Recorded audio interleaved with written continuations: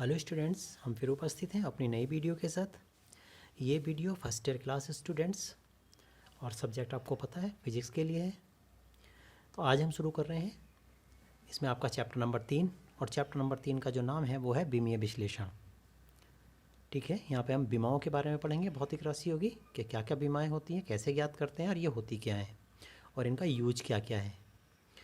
तो यहाँ पर सबसे पहले हमने जो बात की है विमाएँ क्या हैं और ये किस प्रकार ज्ञात की जाती हैं। क्वेश्चन ये बनता है हमारा। तो विमाएँ क्या होती हैं? किसी भी भौतिक राशि की विमाएँ वे घातें होती हैं जिन्हें उस राशि के मात्रकों को व्यक्त करने के लिए मूल मात्रकों को ऊपर चढ़ाया जाता है। जो मूल मात्रक होते हैं आपको पता है, जैसे मीटर है, किलोग्राम है, सेकंड है, ये मूल मात्रक होते हैं।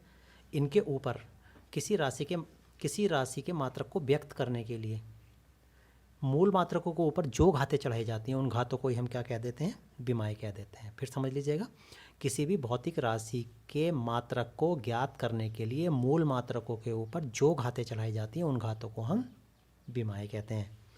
अब यहाँ पे हमें क्या करना है, कुछ मैंने यहाँ पे भौतिक राशि लिखी हैं, मूल राशि लिखी हैं और उनकी कुछ विमाएँ लिखी हैं। जैसे द्रव्यमान है, द्रव्यमान है ना, द्रव्यमान का जो विमा होती है वो हमेशा m होती है और ये विमा का ब्रैकेट होता है। बड़े ब्रैकेट में इसको लिखेंगे हम इस तरीके से। ये हो गई मूल राशि और मूल राशि की ये विमा हो गई। ऐसी मूल राशि समय है, कहीं भी समय आएगा तो समझ लीजिए उसकी जो विमा होगी वो t होगी, कैपिटल T होती है, ना कि स्मॉल t। कैपिटल T याद रखेंगे, ये कैपिटल T होता है। और लंबाई की जो विमा होती है वो कैपिटल L होती है। ताप की जो विमा होती है वो थीटा होती है और इसी क्रम में विद्युत धारा की जो विमा होती है वो A होती है। ठीक हो गया। तो ये कुछ मूल राशियाँ और उनकी विमाएँ हैं और ये विमाओं का निशान है, चिन्ह है, बड़ा ब्रैकेट जो है, बड़े ब्रैकेट में ही हमें लिखना है क्योंकि विमाओं को यही प्रदर्शित करता है। तो ठीक है, हम देखते हैं किसी भौतिक राशि की विमा हम कैसे ज्ञात करते हैं। देख लीजिएगा, ये हमने हेडिंग बनाया, विभिन्न व्युत्पन्न राशियों की विमाएँ ज्ञात करना। तो सबसे पहले मान लीजिएगा कोई व्युत्पन्न राशि आती है क्षेत्रफल, और क्षेत्रफल का फार्मूला सभी को पता होता है क्योंकि ये बात आप बिल्कुल ध्यान कर लें कि अगर किसी भी भौतिक राशि की आपको विमा ज्ञात करनी है तो उसका फार्मूला ज़रूर आपको पता होना चाहिए। बिना फार्मूले के आप उसकी विमा ज्ञात नहीं कर पाओगे। तो सबसे पहले बात करते हैं क्षेत्रफल की। और क्षेत्रफल का जो फार्मूला होता है लंबाई गुणा चौड़ाई होती है। आपको पता, लंबाई भी मीटर में मापी जाती है, चौड़ाई भी मीटर में मापी जाती है, यानी दोनों ही, लंबाई और चौड़ाई दोनों ही जो है वो दूरी को प्रदर्शित करती हैं और दूरी की जो विमा होती है वो हमेशा एल होती है, यानी लंबाई की जो विमा होती है एल होती है। ऊपर मैंने बताया आपको, यानी हर वो चीज़ जिसको metre, centimetre, decametre, hectometre, kilometre इन सब में मापेंगे हमेशा उसकी विमा एल होगी। जैसे विस्थापन है, विस्थापन आपको पता सेंटीमीटर में या फिर मीटर में मापते हैं, तो कहीं विस्थापन आएगा तब भी उसकी विमा एल ही होगी। चली दूरी है, चली दूरी हमेशा मीटर में, सेंटीमीटर में, डेकामीटर में, हेक्टोमीटर में, किलोमीटर में मापते हैं, तो सीधी सी बात है इसकी विमा भी हमेशा एल ही होगी। यानी कुल मिलाकर के हम जिन राशियों को metre, centimetre, decametre, hectometre, kilometre, nanometre इनमें मापते हैं उसकी विमा हमेशा एल होगी। तो यहाँ पे आप देख रहे हो, लंबाई है मीटर में मापी जाती है तो एल होगी, चौड़ाई को मीटर में मापते हैं एल हो जाएगी, तो एल की 2 हो जाएगी। तो यहाँ पे क्षेत्रफल की जो विमा होती है वो एल में 2 होती है, क्षेत्रफल की जो विमा होती है वो एल में 2 होती है। समझ में आई? तो ये क्षेत्रफल की विमा आ जाती है। अब इसी तरीके से करके हम देखते हैं आयतन की क्या विमा होती है। तो आयतन का जो सूत्र होता है वो होता है लंबाई गुणा चौड़ाई गुणा ऊंचाई। ठीक हो गया भाई। आपको पता लंबाई भी मीटर में मापी जाती है, चौड़ाई भी मीटर में मापी जाती है, ऊंचाई भी मीटर में मापी जाती है, तो इसलिए तीनों की ही जो बीमा है वो एल हो जाएंगी, एल, एल और एल। तो टोटल बीमा कितनी हो जाएगी? एल की 3 हो जाएगी। तो आयतन की जो बीमा होती है वो एल में 3 होती है, आयतन की जो बीमा होती है वो एल में 3 होती है। ठीक हो गया। अब इसी क्रम में और नेक्स्ट व्युत्पन्न राशि पर पहुँचते हैं, देखते हैं। देखिएगा, इसी क्रम में हम नंबर 3 पे निकालते हैं वेग की विमा। और वेग का फार्मूला जो होता है वो वेग बराबर होता है विस्थापन बटे समय होता है। विस्थापन हमें सब तुम्हें पता, विस्थापन जो है सेंटीमीटर या मीटर में मापा जाता है, तो इसलिए की विमा एल हो जाएगी। और समय की मैंने अभी थोड़ी देर पहले बताई थी आपको, समय की तो टी होती है। टी जब ऊपर जाएगा तो ऊपर जाके -1 हो जाएगा, तो ये आ जाएगी एल टी -1। तो वेग की जो बीमा होती है एल में तो 1 होती है और टी में जो होती है वो -1 होती है, या फिर सीधे वेग की बीमा कह सकते हैं एल टी -1, राइट। अब इसी तरीके त्वरण आ जाइए। त्वरण क्या होता है? वेग परिवर्तन बटे समय। त्वरण का ये तो सूत्र होता है, त्वरण बराबर वेग परिवर्तन बटे समय। वेग परिवर्तन का मतलब भौतिक राशि तो वेग ही है ना, और वेग की विमा तो हमने यहाँ से निकाल ली, तो वेग की विमा हम यहाँ पर रख देंगे एल टी -1 और बटे समय की कितनी होती है टी।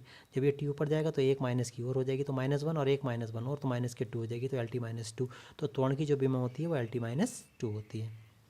इसी क्रम में हम बात करेंगे फिफ्थ की, बल की बीमा। और आपको पता बल बराबर द्रव्यमान गुणा त्वरण होता है, छोटी क्लास में आपने पढ़ा होगा F बराबर m में, F मतलब बल, m मतलब द्रव्यमान और a मतलब त्वरण। तो बल बराबर होता है द्रव्यमान गुणा त्वरण, और यहाँ पे बल की बीमा निकालनी है तो बल की बीमा बराबर हो जाएगी द्रव्यमान की बीमा गुणा त्वरण की बीमा। और द्रव्यमान की बीमा तो m होती है, मैंने पीछे बताया अभी आपको, और त्वरण की मैंने यहाँ से निकाल ली L_T-2, ये आ गई L_T-2।